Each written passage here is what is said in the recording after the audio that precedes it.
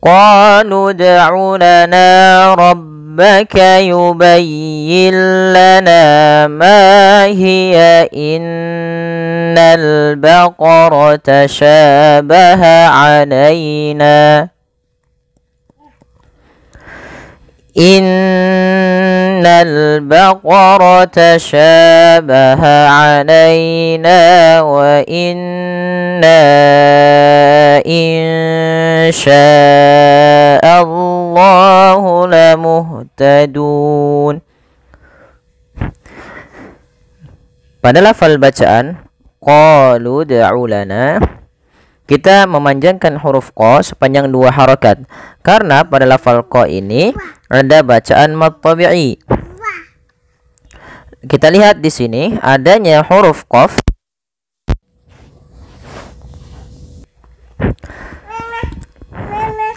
pada huruf qaf ada harokat fathah bertemu dengan alif. Maka ketika dia ada fathah bertemu alif, maka kita namakan dengan mad tabi'i. Panjangnya berapa harokat? Panjangnya adalah 2 harokat. Maka qalu. Kemudian di sini kita langsungkan pada lafal ud'u lana, yang dimana waw alif ini pada dasarnya memang huruf mad. Tapi karena dia bertemu dengan huruf sukun yang paling akhirnya di lafal huruf dal, maka huruf sukunnya lah yang kita baca.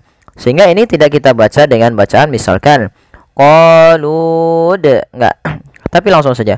Sehingga mereka huruf-huruf mad ini ketika bertemu dengan huruf sukun itu tidak dianggap lagi. Kemudian pada lafal huruf dal ini harus kita pantulkan bunyi suara dalnya, karena huruf dal termasuk salah satu sifatnya adalah qalqalah, yaitu memantul. Beberapa kesalahan terjadi di dalam melafalkan bacaan qalqalah adalah dia tidak memantulkan huruf dalnya, misalnya qalud ulana. Atau yang kedua, kesalahan yang sering terjadi juga yaitu menambahkan hamzah pada lafal huruf dal yang dia sukun. Contoh qalud ulana. Nah, itu juga termasuk qalud, tapi dia qalud bukan qalud, tidak menambahkan hamzah. Maka kita ulangi qalu ud'u lana. Kemudian pada lafal nah, di sini ada bacaan mad tabi'i, fathah bertemu alif lagi, nah dipanjangkan 2 harakat. Rabbaka yubayyin lana ma hi. Ya, di sini pada lafal, kemudian pada lafal yubayyin lana, di sini kita lihat, kita langsung membaca kepada huruf lamnya. Yubayyin lana. Nun di sini dianggap tidak ada. Kenapa? Karena di sini ada bacaan idgham bila gunnah. Idgham itu apa artinya? Idgham artinya memasukkan. Bila gunnah artinya tanpa disertai gunnah. Apa yang dimasukkan di sini? Ini biasanya hukum ini berkaitan dengan nun sukun. Nun sukun atau nun yang mati bertemu dengan huruf-huruf idgham. Salah satunya adalah huruf lam. Maka apabila ada ada nun mati bertemu lam, suara nunnya kita hilangkan dan kita masukkan langsung kepada huruf lamnya. Sehingga yubayyillah, dan lam di sini dituliskan dengan tanda tasdid karena suaranya masuk kepada huruf lam. Tapi tidak boleh disertai dengan penahanan, misalkan yubayyin lana. Nah, itu tidak, tapi langsung saja yubayyin lana ma hi. Kalau kita berhenti pada lafal hi, ini kita jadi mad tabi'i. Jadikan mad tabi'i. Tapi kalau kita lanjut pada lafal hiya, ini dia tidak jadi mad tabi'i lagi, tapi menjadi 1 harakat saja. Misalnya yubayyin lana ma hiya inna. Tapi kalau berhenti dia mad tabi'i. Kemudian innal baqarata syabaha alaina. Kita menahan di lafal huruf nun yang berharakat tasydid. Innal baqara. Kita ulang lagi cara membacanya. Innal baqara. Yaitu pada lafal ini suara nunnya ditahan, dan nun ketika dia berharokat tasydid kita hukumi dengan bacaan namanya gunnah. Cara membacanya, menahan dulu suara n-nya sepanjang 2 harokat baru dilepas. Innal baqara. Pada alif lam di sini lamnya ditampakkan dengan jelas. Ini bukan innaul baqara tapi langsung ke lam. Alifnya dianggap tidak ada, langsung innal. Dan di sini kita kenal alif lamnya, kita kenal dengan alif lam qamariyah. Alif lam yang tertulis tapi juga dibaca, atau alif lam yang kita tuliskan dan dibaca dengan jelas. Kemudian pada lafal tasyabaha alaina. Pada lafal huruf sya ini jangan kita rubah dengan huruf tha misalnya tasabaha, atau dengan huruf sin misalnya tasabaha alaina, karena dia nanti merubah sifat dan hurufnya. Karena di sini adalah huruf sya, maka biasanya kalau kita kenal dengan sya. Sya ini bagaimana cara pelafalannya dari tengah lidah kita, karena makhrajnya dari tengah lidah sya. Dan sya memiliki sifat namanya tafashi. Tafashi itu intisarus sauti fil fam, yaitu menyebarnya suara di mulut. Maka tasyabaha alaina.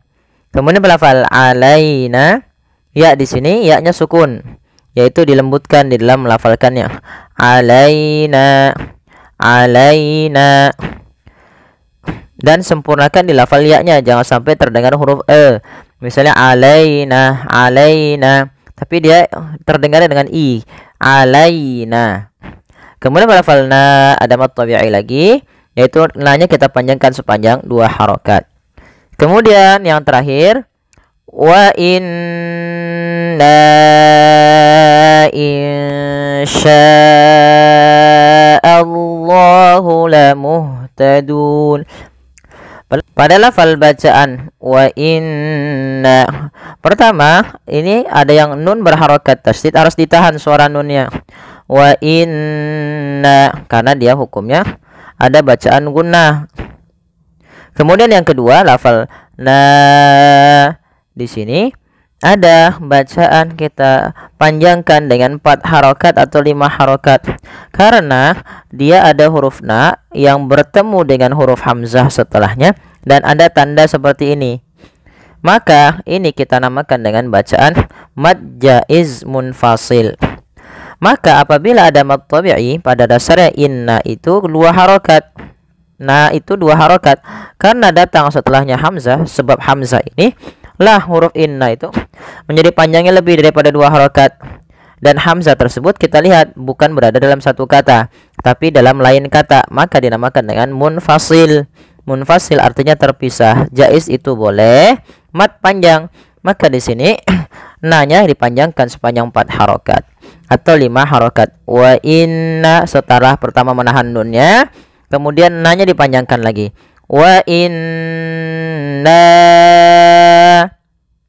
kemudian di lafal insyaallah ada nun berharokat sukun. Di sini ditandai nun tidak berharokat dan diwarnai dengan hijau, berarti wa in. Awalnya wa insya, karena nun ini bertemu dengan huruf shin, yang mana shin termasuk daripada huruf ikhfa, maka kita hukumi dengan bacaan ikhfa hakiki. Cara membacanya, samarkan suara nunnya kepada huruf sya. Insya,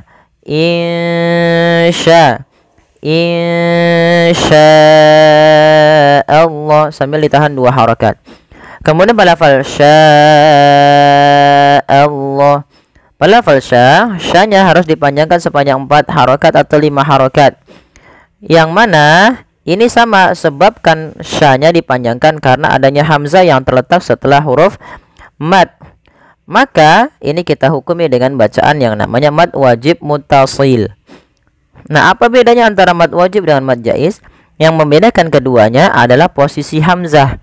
Lihat posisi hamzah pada lafal sya'a pada satu kata, sedangkan la wa inna insya dalam 2 kata yang berbeda. Maka apabila ada satu hamzah, ada bacaan mad tabi'i bertemu dengan hamzah dan hamzah tersebut pada satu kata, maka dinamakan dengan mad wajib muttasil. Sya-nya wajib dipanjangkan sepanjang 4 harakat. Kemudian pada lafal Allah, tebalkan lafal Allah, dan dia juga punya mad tabi'i 2 harakat. La muhtadun, hanya sifat hamas ya, la muhtadun. Kemudian pada lafal dun ada bacaan mad arid lisukun, yang dimana kita boleh memilih untuk memanjangkan lafal dun dengan mematikan nunnya. Kenapa? Karena pada dasarnya la muhtaduna. Karena kita waqaf, nunnya ikut mati, sebelumnya ada huruf mad. Maka inilah yang kita namakan dengan mad arid lisukun. Mad yang terjadi karena sebab sukun arid. Yang sebelum huruf sukun itu ada huruf mad berupa waw, alif atau ya. Maka kita boleh memilih memanjangkan 2 harokat, 4 atau 6. Maka contoh la muhtadun 2, la muhtadun 4, atau nanti yang 6. Nah, baik, kita coba ulang. Kita tapi ngambil yang 4 saja. Baik, kita ulang dari ayat awalnya. Qalu da'u lana rabbaka yubayyin lana ma hiya innal baqarata shabaha alaina innal baqarata shabaha alaina innal baqarata shabaha alaina wa inna insya'allahu lamuhtadun. Qala innahu yaqulu innaha baqaratun la dhanunun tusirul arda wa la tasqil harth ولا تسقي الحرث مسلمة لا شية فيها. Teman-teman, hati-hati dalam melafalkan sa di sini, jangan harsa, tapi dia harsa, sa, huruf sa kecil ya. Nanti insyaallah kita akan bahas hukum tajwidnya. Qalul ana ji'ta bil haqq فذبحوها وما كادوا يفعلون. Baik, insyaallah kita akan coba mengurai hukum tajwid yang ada pada surah Al-Baqarah kali ini. Kita lihat pada lafal bacaan qala innahu yaqulu. Pada lafal qa kita panjangkan bunyi qa sepanjang 2 harakat, karena pada lafal qa ada bacaan mad tabi'i, yaitu qa-nya bertemu dengan huruf alif. Apabila ada harakat fathah bertemu alif, maka ia kita namakan dengan bacaan mad tabi'i. Maka dia wajib kita panjangkan sepanjang 2 harakat saja. Kemudian pada lafal innahu yaqulu. Pada lafal innahu di sini suara nunnya harus kita tahan. Innahu, karena nun berharokat tasydid, kita hukumi dengan bacaan gunnah. Yaitu apa? Gunnah yaitu memasukkan suara ke rongga hidung dan ditahan. Inna. Kemudian pada lafal hu ini juga kita panjangkan sepanjang 2 harakat karena dia ada ha dhamir. Ha dhamir, dan kemudian disertai di setelahnya ada waw kecil seperti ini. Itu menandakan bahwasanya hu-nya dipanjangkan 2 harakat. Yaqulu innaha, ku sama dengan lafal qala, maka kita panjangkan dia 2 harakat karena dia mad tabi'i. Kemudian pada lafal innaha pada lafal bacaan innaha ini sama ya teman-teman dengan lafal innahu tadi tidak kami bahas, yang sudah kita bahas.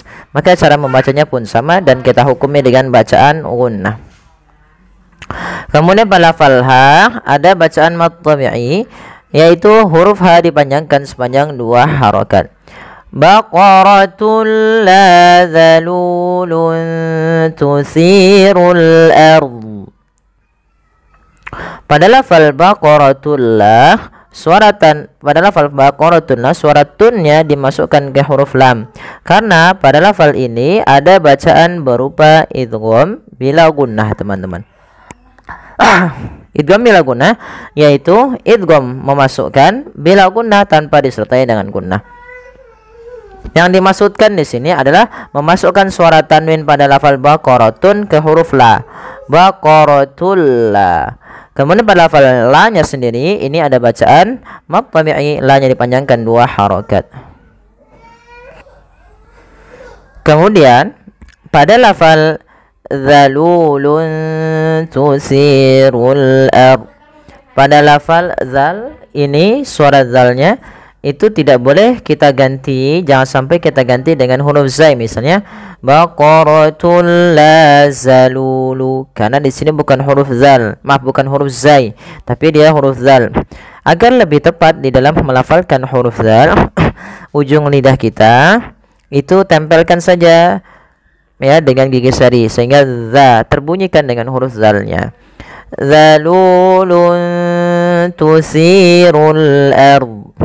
Pada lafal luntu di sini ada dhammatain bertemu dengan huruf ta, maka cara membacanya samarkan suara tanwinnya kepada huruf ta, bukan zalulun tusiru, tapi zalulun tusiru, yaitu menyamarkan suara tanwinnya atau suara nunnya dirubah kepada huruf ta. Zalulun tusiru, sembari kita tahan. Dan ini bacaan ini kita namakan dengan bacaan ikhfa. Nah, ikhfa itu teman-teman tidak semua dibaca dengan ang ya. Nanti ada yang dibaca dengan sesuai dengan makhrajnya. Zalulun tu, bukan zalulung, bukan lung tu ya, tapi zalulun tusirul ard. Kemudian pada lafal si ini panjangkan si-nya 2 harakat karena dia ada mad tabi'i. Kemudian pada lafal tusirul ardo, ru bertemu dengan alif lam, maka langsung kepada huruf lam yang selanjutnya. Dan di sini alif lamnya kita namakan dengan alif lam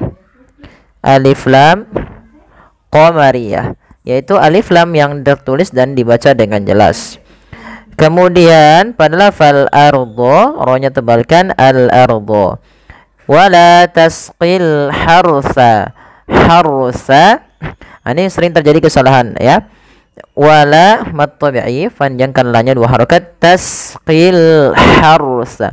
Ini ha di sini ha kecil, jangan dibaca dengan ha besar, jangan tasqil harsa, tapi dia harsa. Huruf ha yang kecil itu dikeluarkan dari tenggorokan tengah tengah tenggorokan, sehingga ha bukan ha. Kemudian hati-hati di dalam melafalkan ro-nya, ini bukan harsa tapi harsa. Ro-nya ditebalkan karena ada huruf ro sukun didahului dengan fathah. Kemudian pada lafal sa, ini yang sering terjadi kadang-kadang karena kita agak susah melafalkannya, itu menggantinya kadang sering terjadi diganti dengan huruf sin. Jadi misalnya wala tasqil harusa, padahal dia bukan sa tapi dia sa. Kemudian musallamatul la syiyata fiha, pada lafal musallamatul la masukkan suara tanwin pada huruf tun kepada la karena dia ada bacaan idgham bila gunnah, yaitu musallamatul la ditahan 2 harakat karena ia mad tabi'i. Syiyata fiha, pada lafal fi dan ha juga dipanjangkan sepanjang 2 harakat karena dia mad tabi'i pula. Kemudian di sini ada tanda waqaf berupa alamatu jim, ada tanda huruf jim di atasnya. Nah, kita boleh waqaf di situ. Kemudian qalul ana ji'ta bil haqqu, pada lafal qalul ini qa panjangkan 2 harakat karena ia mad tabi'i. Kemudian lul ini tidak boleh dipanjangkan karena waw alifnya dianggap tidak ada, langsung ke huruf lam yang disukunkan. Qalul ana. Kemudian pada lafal ana, a-nya dipanjangkan 2 harakat. Adanya alif di setelah huruf hamzah ini menandakan bahwasanya ia dibaca dengan mad badal. Mad badal 2 harakat. Mad badal terjadi kapan teman-teman? Mad badal adalah mad yang terjadi, mad itu kan panjang, badal ya sesuai dengan namanya mengganti. Awalnya kan dia diganti. Nah, mad badal ini terjadi apabila adanya hamzah bertemu dengan huruf mad teman-teman. Maka apabila mad hamzah bertemu dengan huruf mad, maka ia kita namakan dengan mad badal. Kemudian ji'ta bil haqqu, Kemudian pada lafal ji'ta, huruf hamzah harus terjelaskan, jangan diseret ji'ta bil haq. Jangan seret, tapi dia sempurnakan dengan sifat syiddah dan sifat jaharnya. Jahar itu tertahannya nafas, syiddah itu tertahannya suara, dan hamzah memiliki keduanya. Ji'ta bil haqqu, ji'ta bil haqqu. Ya. Kemudian pada lafal qaf, di sini ada bacaan qalqalah yang dimana huruf qaf ketika dia sukun, qalqalahnya qalqalah kubra. Maka apabila qalqalah kubra terjadi apabila ada huruf-huruf qalqalah yang 5, yaitu ba, jim, dal, ta. Ya, apabila ada huruf-huruf tersebut berada di akhir bacaan kita ketika kita waqaf, maka ia kita namakan dengan qalqalah kubra. Sehingga di sini pada lafal bil haqqu ini harus dijelaskan qalqalahnya. Tidak cukup hanya bil haqq, atau misalkan kesalahan yang terjadi tidak memantulkan bacaan qalqalah. Kemudian fadzabahuha wa ma kadu yaf'alun. Fa, alirkan nafasnya agar sempurna daripada makhraj fa-nya. Fadzabahuha, hati-hati jangan sampai zal ini terganti dengan zai tadi. Kemudian huha, ini yang kita perlu perhatikan di sini. Harus kita bedakan antara ha besar dan ha kecil. Cara membedakan gini aja. Kalau yang seperti ini ha pedas, kita kalau ini ha gitu ya. Tapi tidak sampai kepada dada karena makhrajnya tidak sampai dengan dada. Maka fadzabahuha huha, dan kedua-duanya dihukumi dengan mad tabi'i, panjangnya 2 harakat. Wa ma kadu, maka mad tabi'i, wa ma kadu, ketiga-tiganya mad tabi'i harus sama, sehingga huha ma kadu harus sama. Fadzabahuha wa ma kadu yaf'alun. Kemudian pada lafal yaf'alun, alirkan nafas di lafal fa, jangan sampai yaf'alun tapi yaf'alun. Kemudian pada lafal lun ada bacaan berupa mad arid lisukun, dan ini sudah sering kita bahas. Jadi nanti teman-teman bisa dilihat kembali apa itu mad arid lisukun. Baik, kita coba ulangi. Qala innahu yaqulu innaha baqaratun la zalulun tusirul arda wa la tasqil harth musallamatun la shiyata fiha. Qalu al-ana ji'ta bil haqq fadzabahuha wa ma kadu yaf'alun. Ya, shadaqallahul azim. Mohon bantuannya dari teman-teman untuk like, share, dan subscribe. Terima kasih. Wassalamualaikum warahmatullahi wabarakatuh.